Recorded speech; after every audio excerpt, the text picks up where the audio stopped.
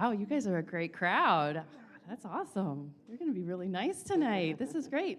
I'm sure more people are going to be coming in as they find parking and whatnot, but we're going to go ahead and get started because ever since we have set this up, which was like a year ago, I think, we set this up with Dr. Willis. We have the staff, a lot of them are here tonight, and everyone who's known about it for this long has been just so excited this entire time. So I am going to thank a couple of our sponsors. In just a moment, I'll ask Eric Siegel, my colleague Eric, to come up, and he will introduce our esteemed speakers. I'm just so excited to have you all here to join me in this wonderful conversation with Dr. Deborah Willis. We are just thrilled. We're thrilled to have her here, and we're thrilled to share posing beauty in African American culture with you as well. Please stay after this conversation. We have Art After Dark every Thursday night. We are open until 9 p.m. Please join us in the rotunda for a little bit to drink and eat, and the whole museum is open to you. It's your museum, so please come and enjoy and take your time in posing beauty because there's so many gorgeous things to look at, and I'm sure you'll see lots tonight that you're on the screen that you're going to want to go see in person.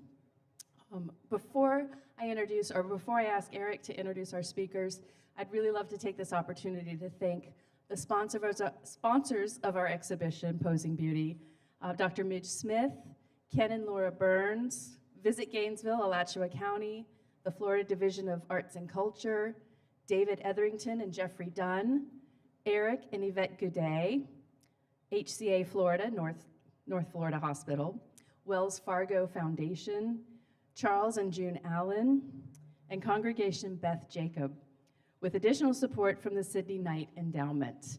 Thank you so much. Please join me in thanking them. Anyone who's here, thank you so much.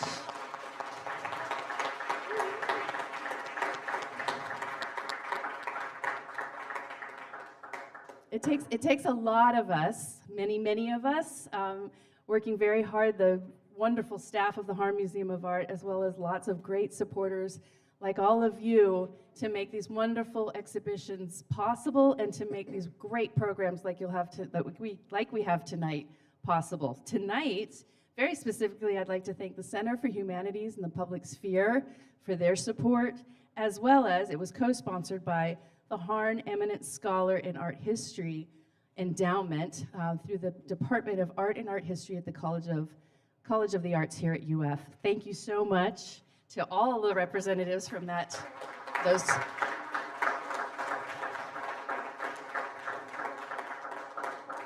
And now, if you would, please help, I would like Eric to join me here. He is up here. He is the director. He is, among many other jobs that he has, he's going to sing to us tonight, it looks like.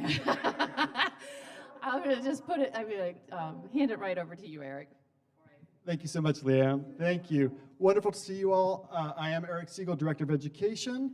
Tonight's program is a conversation between two lovely people, my colleague, Jade Powers, and I speak...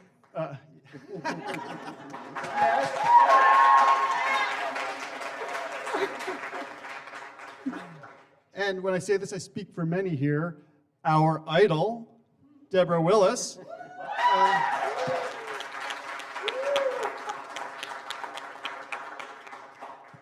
This event is presented on the occasion of the exhibition, Posing Beauty in African American Culture, here at the Harn through June 4th, so you have 2 more months to view it.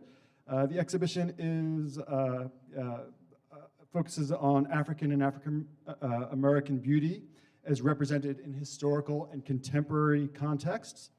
It's tremendous. It's filled with remarkable images of historical and aesthetic import, with love and with beauty, with engaging propositions and important questions. You will be able to view the exhibition tonight until 9 p.m. Thank you to Art After Dark, the new program that keeps the museum open every Thursday night, and again for 2 more months. Let's see, a note about the reception. Everybody is invited to join the reception after the lecture. Those over 21 are actually invited, thanks to Art After Dark, to pick up a drink ticket for an adult beverage at the front desk, at the visitor service desk. So as you exit, you'll go to the visitor service desk, and they'll provide you with a ticket. And of course, everyone can enjoy the food and other beverages as well. Please, no food or drink in the galleries when you go to see the exhibition. Let's see, oh, there we go. A note about surveys. How exciting is this slide? Please consider taking a moment to fill out a program survey after the conversation. The QR code, the URL are here. They are also going to be on signs outside when you exit the auditorium after the program. These help us to improve what we do, but they also help us to communicate with grant makers who make it possible for us to do those things. So we appreciate your time in that.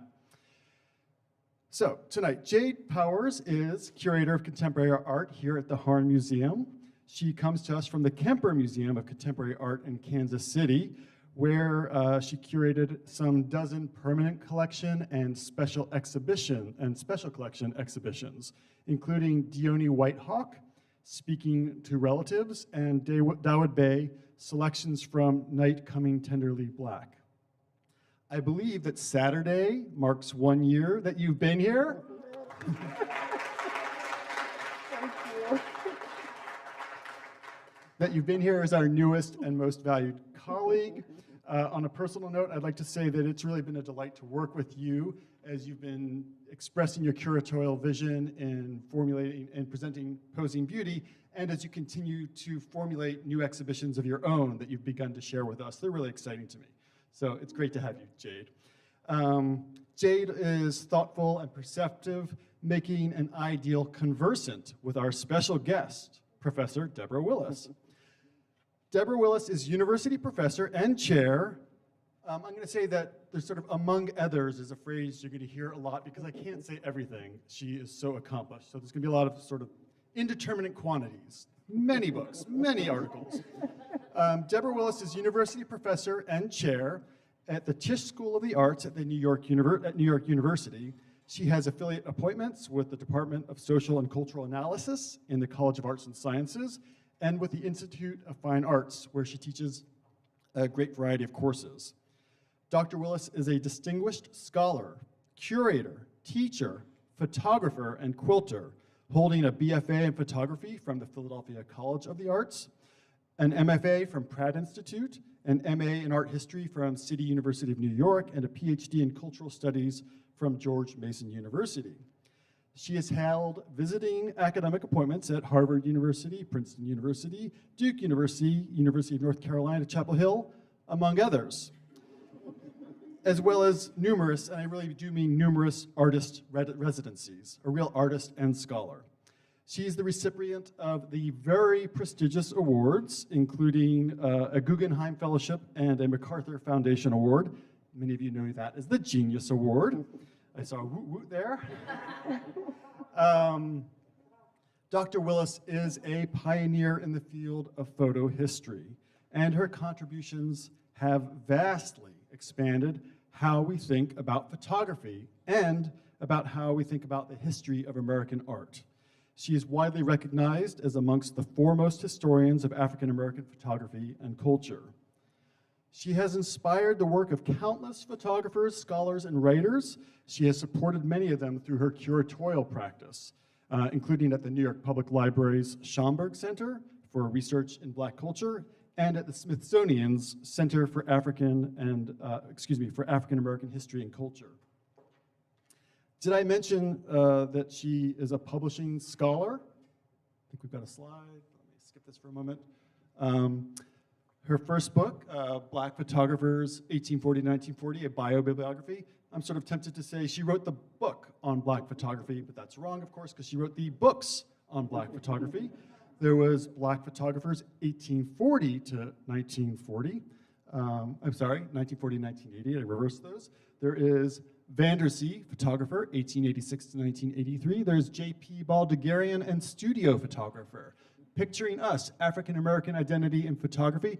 And of course, some of these are co-written volumes and edited volumes. The Black Female Body, A Photographic History.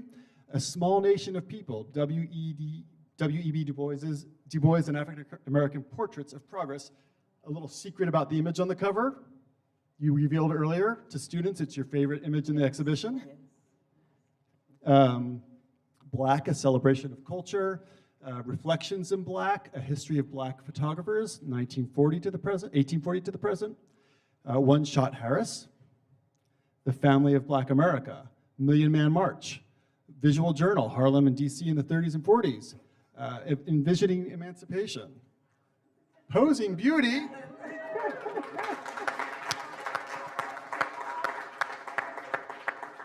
and The Black Civil War Soldier, your latest book, but there's more in coming up, on sale here at the Harn, signed in the bookstore. I encourage you to grab one of the few that are there before they're all gone.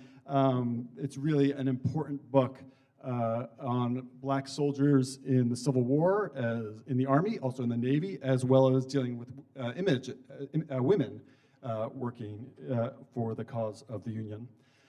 So please join me in welcoming Dr. Deborah Willis and Jade Powers.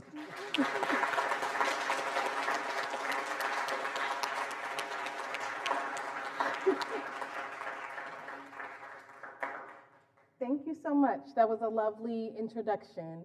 We're so excited to get started. I want to personally thank you for being here so we can get going. Can we have the clicker? The clicker? Sorry.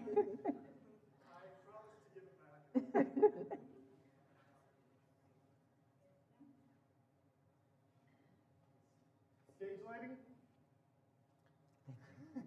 Could you say to the microphone, stage lighting, please? Stage lighting, please. Can you all see the images?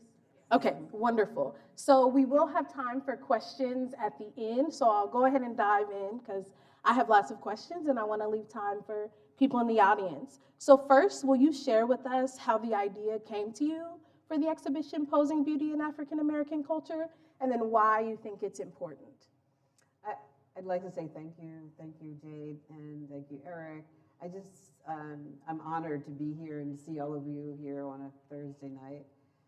It's really important to think about how storytelling is formulated in photography, and also this means a lot because I think it was maybe a year and a half ago or 2 years we began the discussion about the exhibition coming here, and I'm excited. So I just want to say how honored I am.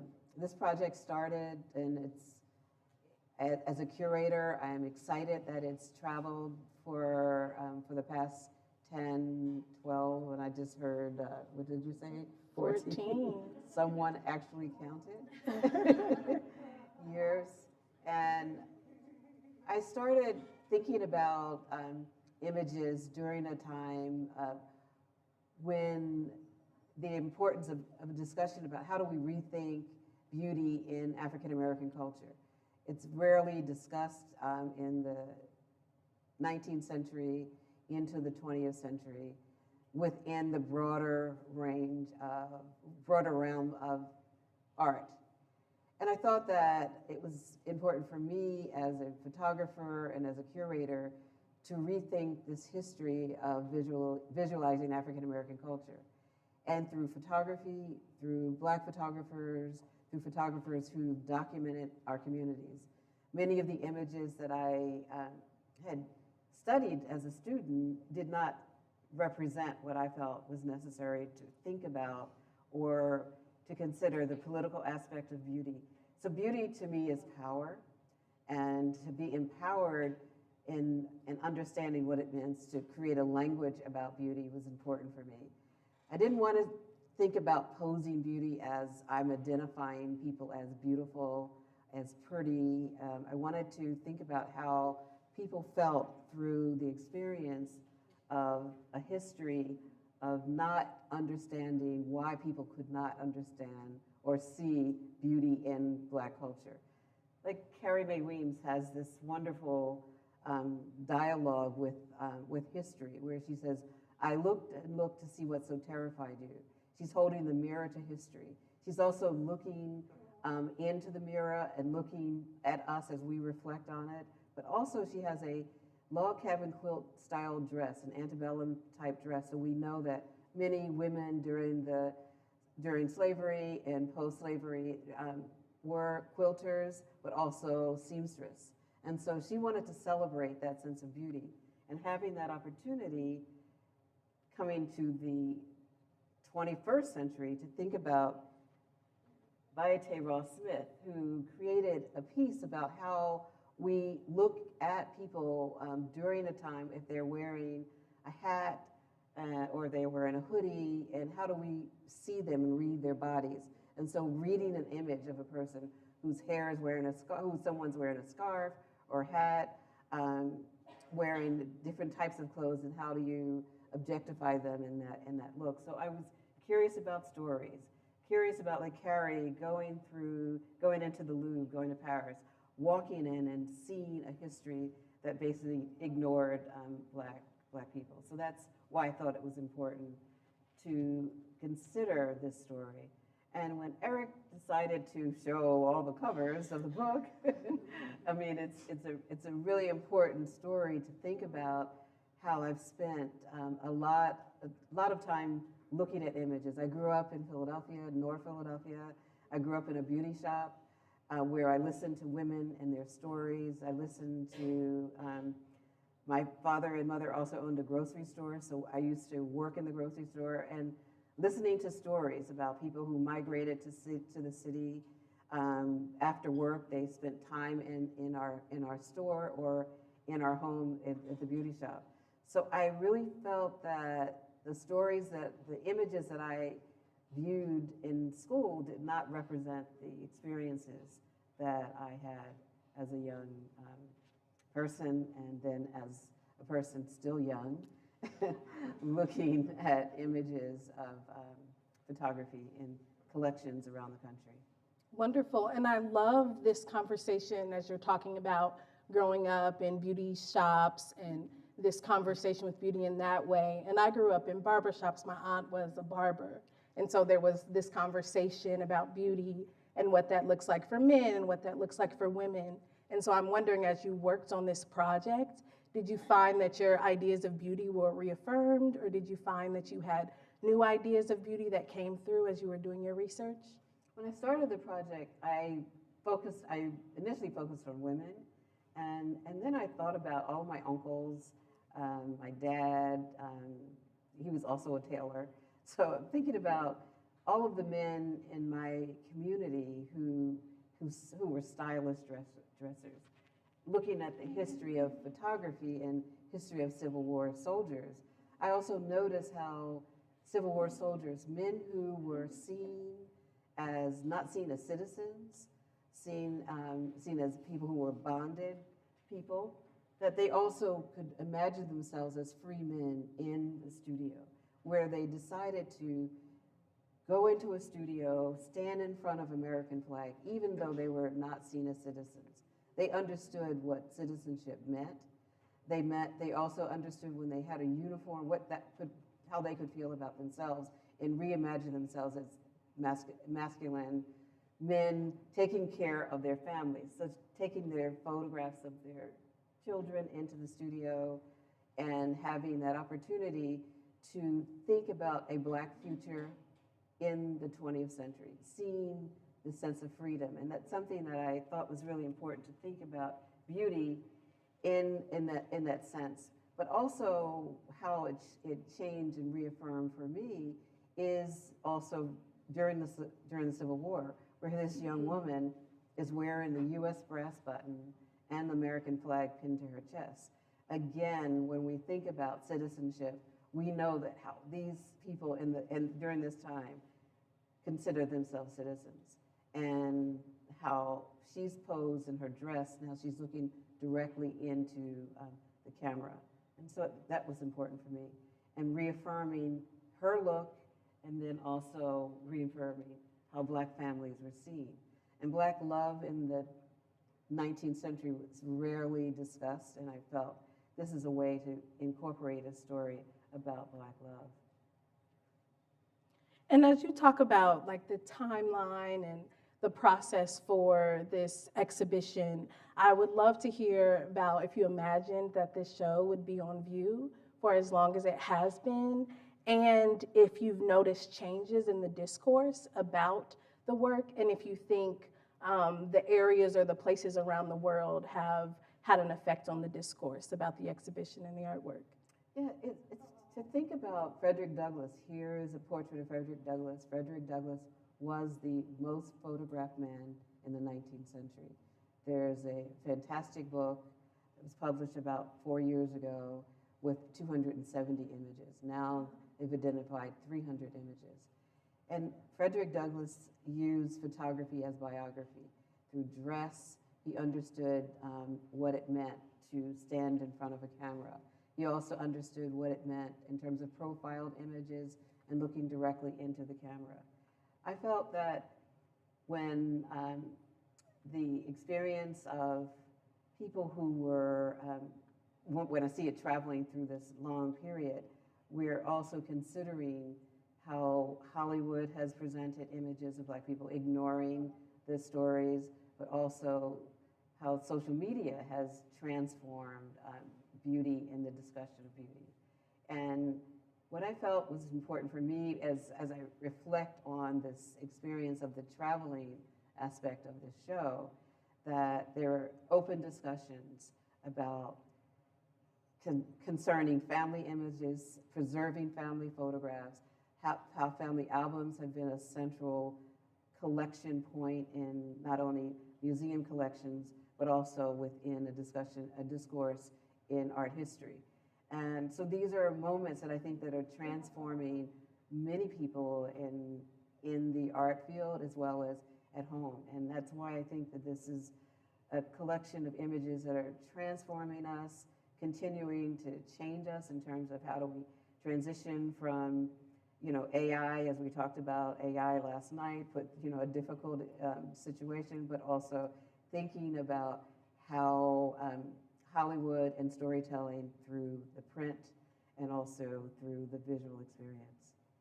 And that was one thing that I thought I really appreciated about the exhibition, was that in each of the 3 themes, you had work from the 1890s, but also to present day. So could you talk a little bit more about how you decided to, keep the entire 100-year span in those 3 themes, the constructing a pose, body and image, and modeling beauty and beauty contests? Mm-hmm.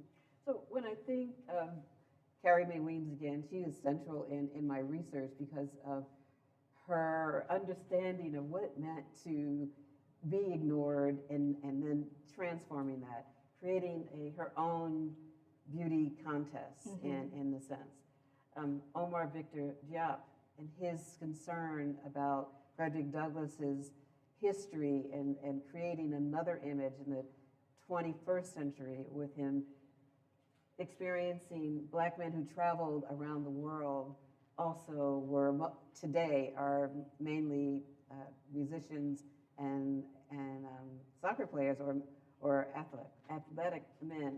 So this is a soccer, I'm sorry, I'm thinking through this point where he is holding a whistle, and the whistle is kind of a signifier for him to consider how he is telling that history of Black people and independence and freedom and the importance that he felt was a central way of looking back at history. So these are moments that I found were important to think about, the aspect of posing and the aspect of storytelling.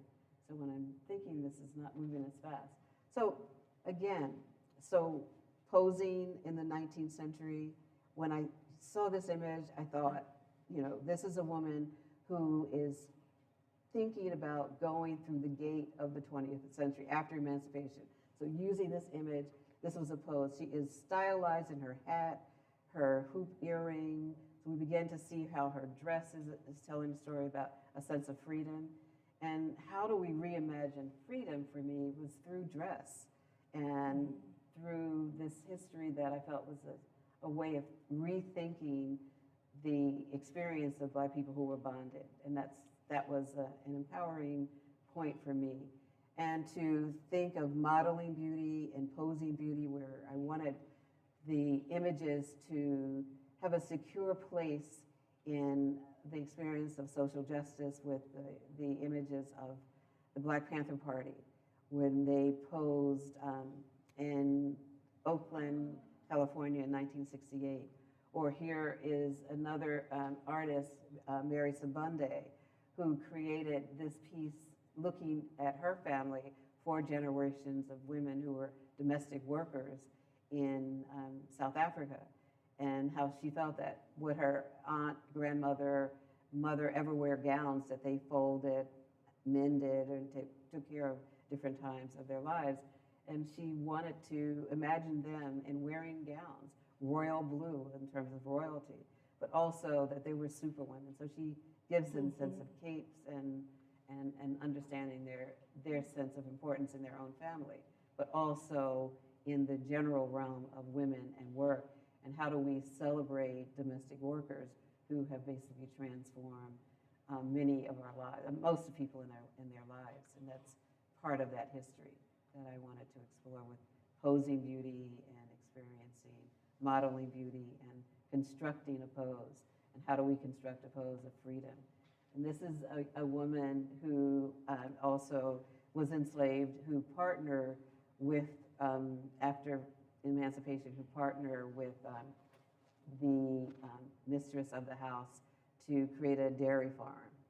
And the two of them worked together over a time period. So these are moments that I wanted to, how do we construct a pose, and how is it read in the 21st century? Yeah. And I really liked when you were talking about like this idea of social justice.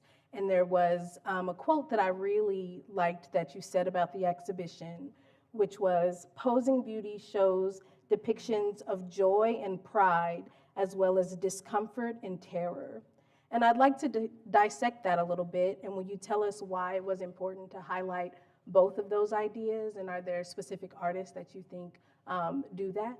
Can you repeat it again? I was Yes. just trying to push this Oh, forward. sorry. Yes, of course. So the Just the question.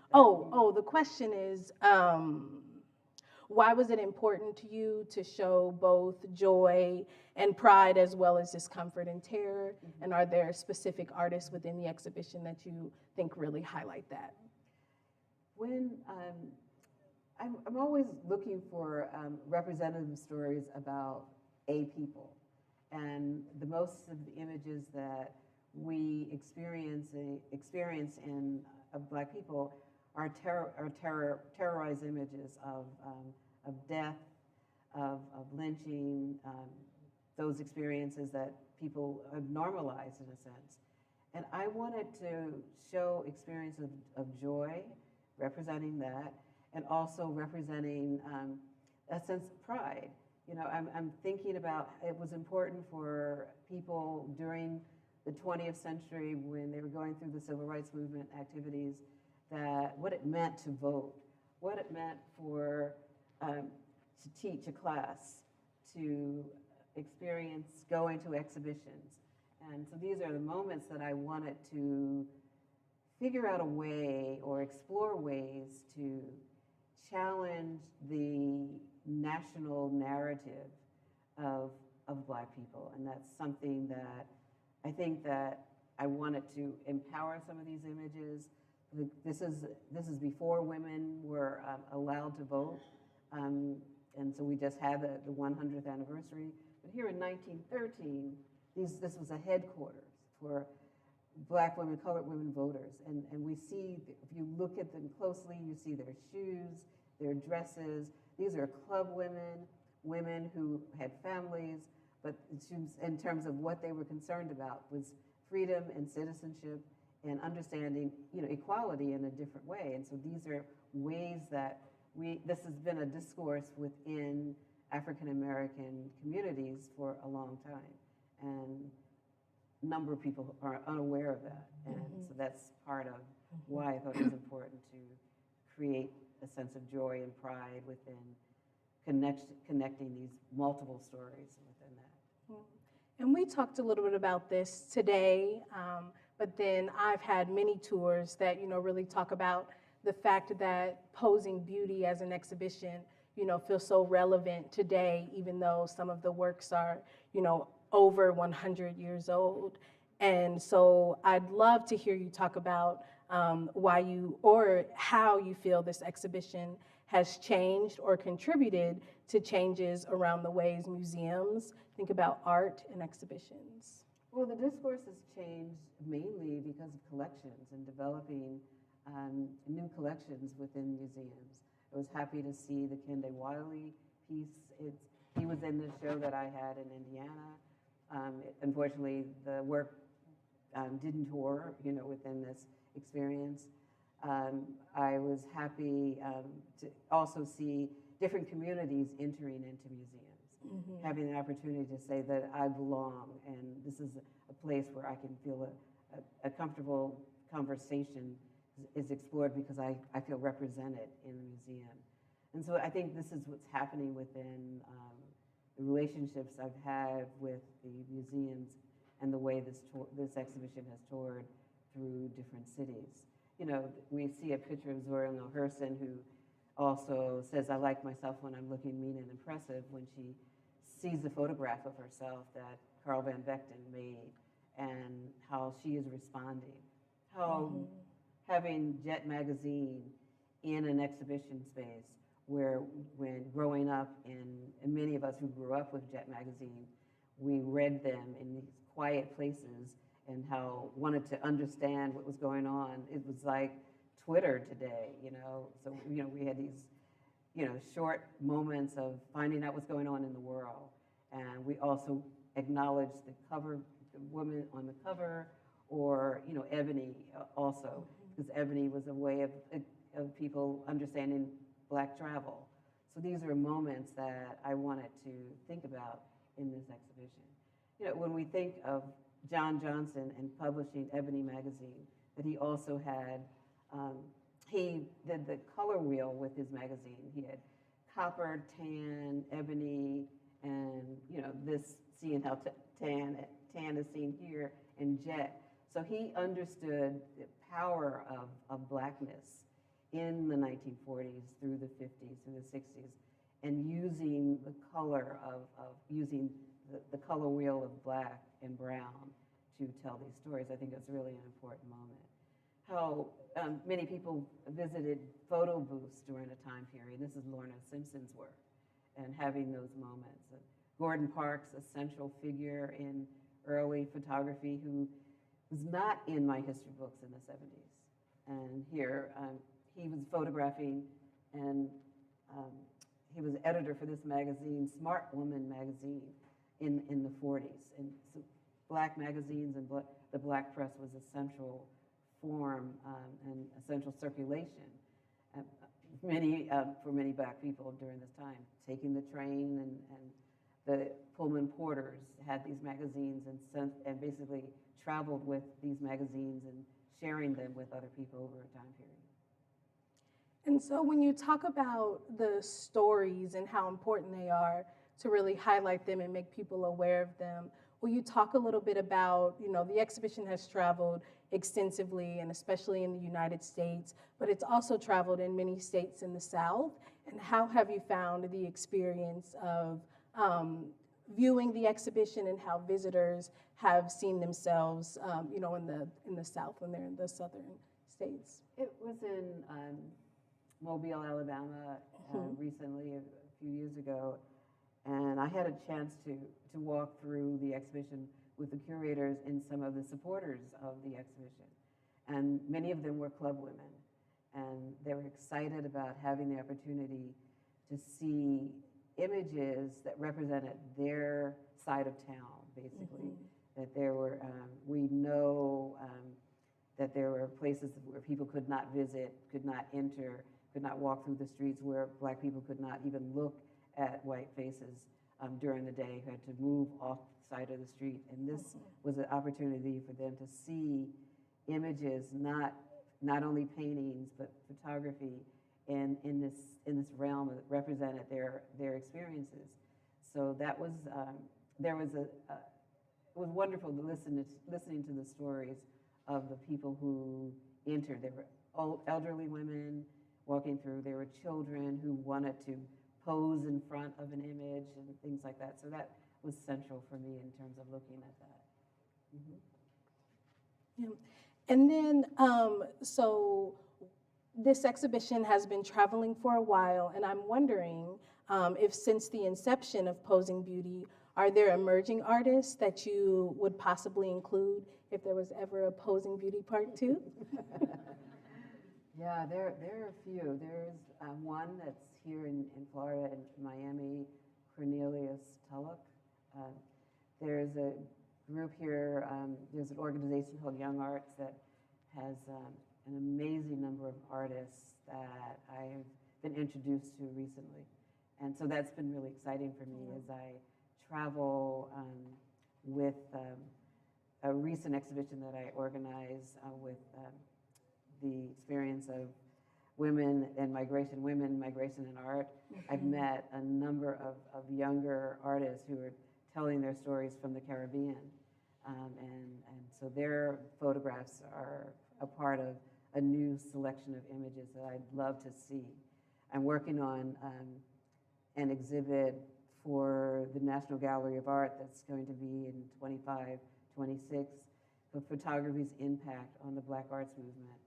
And so that's been another way of reflecting on how empowering photography has been in documenting and also expressing new narratives about activism through not only through the last 10 years, but also through the last 50 years. And that nicely segues into my next question, which was going to be, what's next for you? What should we keep our eyes out to make sure we see? So this is one of my second favorite in the exhibition as well. Oh, yeah. I haven't seen that Yeah. one. Yeah, it's great. Yeah. And it's a crown, you know, that she is wearing a crown celebrating, you know, empowerment, the Black Power movement, and aspects of the fist. And she is an artist that tells many stories. And this is another one that I found really fascinating of a Black photographer in Philadelphia, in Atlantic City, a woman photographing Dr. King. We rarely see Dr. King at rest. We see him only in terms of protest movements. And so this is a chance to see these different stories and different narratives. And as I talked about growing up in the beauty shop, I am continuing working in beauty shops, photographing women. Wonderful. As we think about beauty shops as subversive spaces to talk about politics, to talk about family, to talk about mental health. So these are places that we share intimate moments.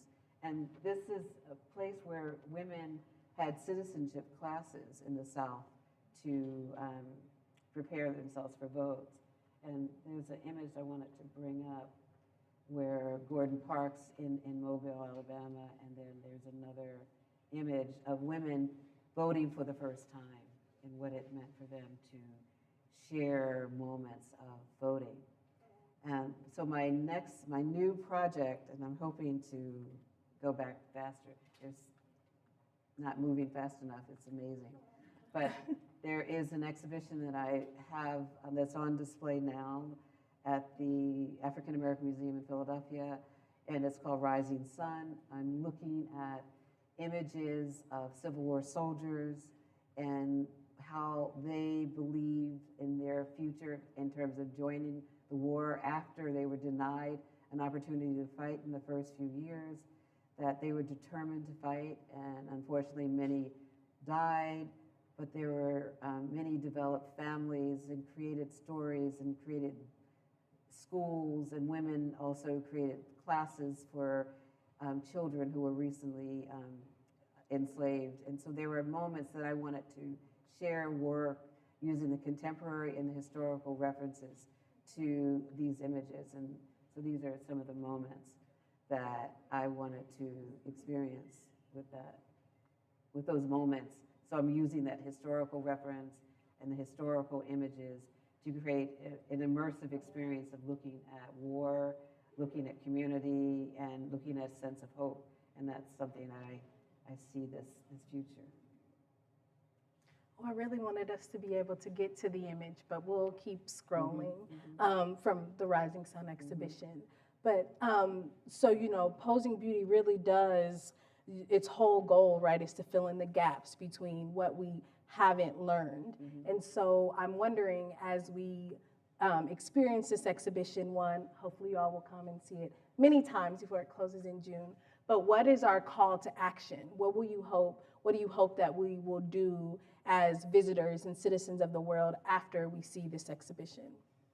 I just think we need to embrace humanity, to see people in different, outside of the stereotype, to understand that we all have stories that are different, we all have stories that are similar, and we all should contribute in sharing our sense of who we are and our identities and embrace them. And that's something that I hope that we will all experience, and all of those who walk through the exhibition will embrace this sense of these experiences of beauty, and not only beauty, but education. You know, we see this aspect of educating others in this history that has been ignored in many ways. And so that's the moments that I want to share with this exhibition. Yeah, yeah. And I know that we could talk and I could ask questions until the sun comes up again, but I want to open it up to see if there's anyone who have any questions. And then we do have, I think we have a mic runner. So if you'll just raise your hand high, there's one over here.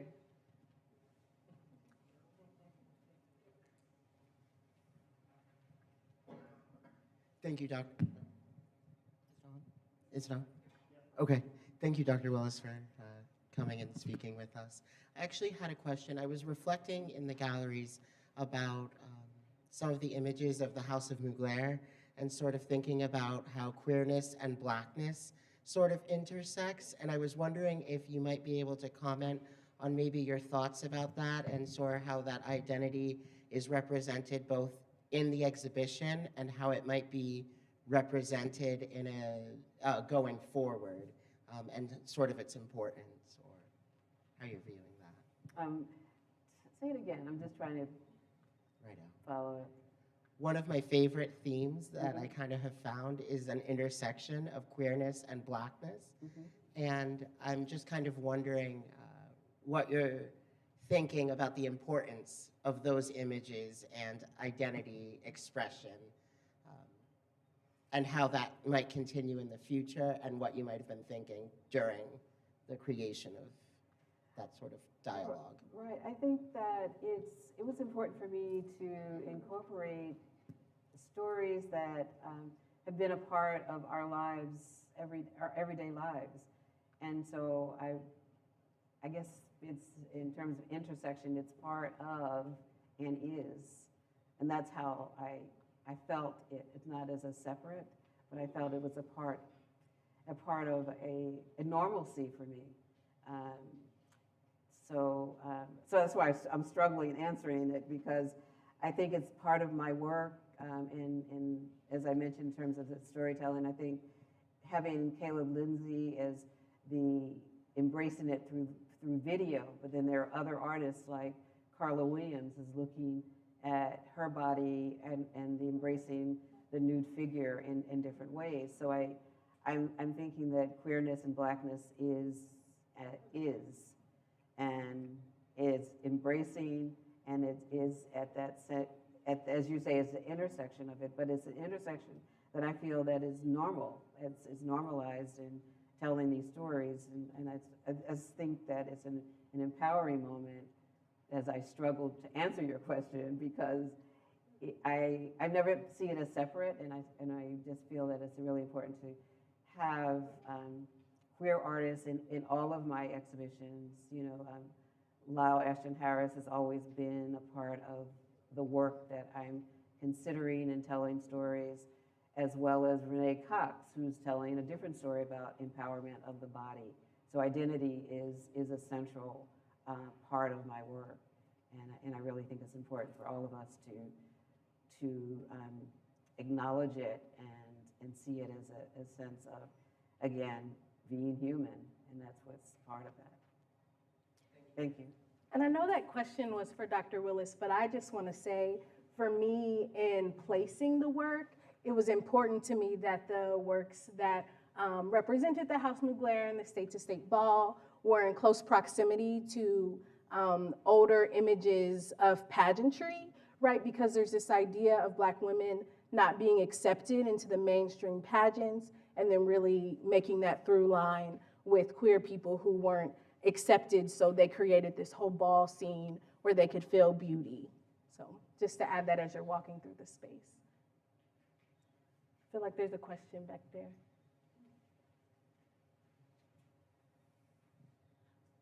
This is so beautiful and so special. And I'm also trying to sort of reconcile museums, the history of museums as this colonial space, right? That snatches up the art and the beauty that people create and distances it from those originators. But also as an important space that we can occupy, not only to see ourselves, but to demonstrate our artistry. And so I'm wondering, like, how do we create exhibits like this, or just think of art beyond being displayed within an exhibit and making space for like artistry as everyday experiences? That means that all of us in everyday walks of life are also artists. How do people in your position not only open the door for the people to follow behind them, but really bring people into this world and allow them to create work and for that work to be displayed as an effort to resist the colonial history of museums and exhibitions? Like, how do we take this beauty and make it something that's more accessible as opposed to this exclusive, high art, fine, like classist world that everyday people and people like myself who consider themselves artists don't necessarily have access to?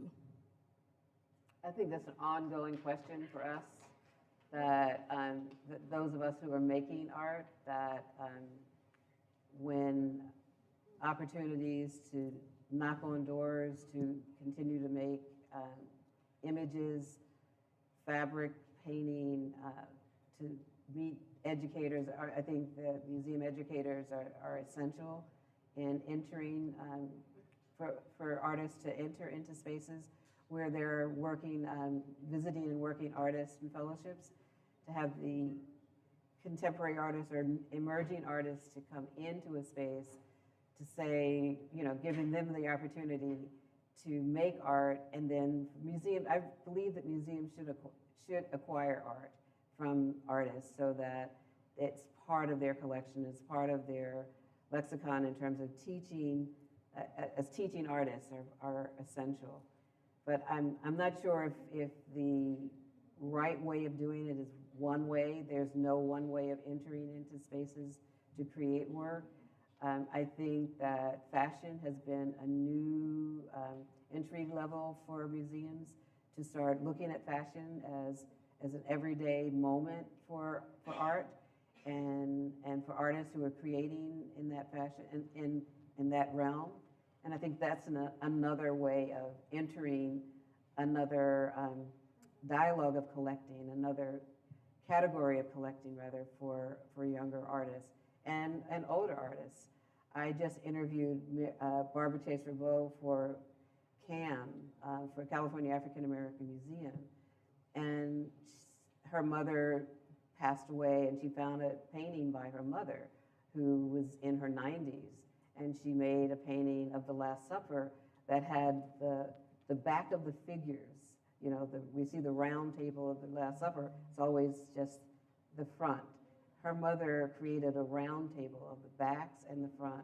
So that's another way of viewing art that we'll never see again. And she says that was a 15th century painter, was the last person who did the Last Supper as a round table. So I think that if there are opportunities for artists to show work, you know, having portfolio reviews with curators, and I think that that's another entry point. I am a strong believer of artist spaces, you know, with such as Young Arts, and there is the Joan Mitchell Foundation, and there are places that I believe in fellowships and going to residencies. That's what I meant as well. And so attending residencies, and it's a constant. It's not easy for us as artists, so it's a constant everyday event of, we know we want to get work out. We want to make work that's going to challenge. We want to make work that's going to make us feel good. So that's the there's a lot of work that makes us feel really uncomfortable because we're dealing with issues that's going on in the world that's horrific. And we want to tell that story, and we want to tell it through our art-making practice. So there's so many entry points, or many entry points for us as artists to tell our stories.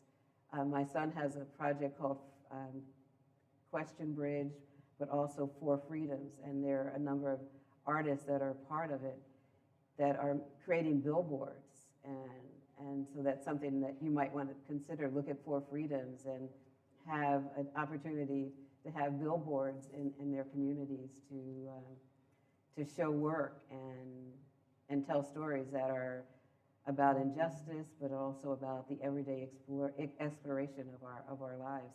So it's a difficult question, but being an artist is about changing the world, and it's something I think that's really important. So I want to say thank you for this opportunity. We can walk through the exhibition.